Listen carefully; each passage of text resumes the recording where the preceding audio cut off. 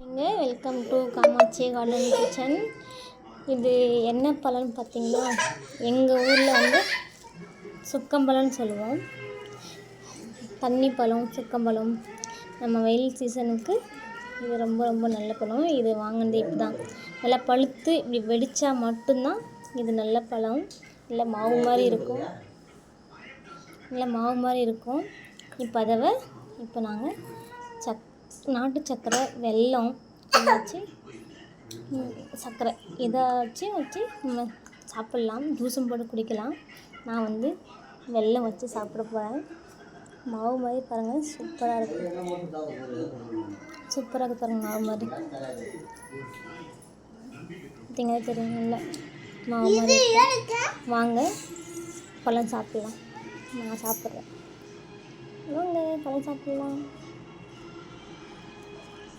எங்கள் பாட்டி காலத்துலலாம் அவங்க தருவாங்க.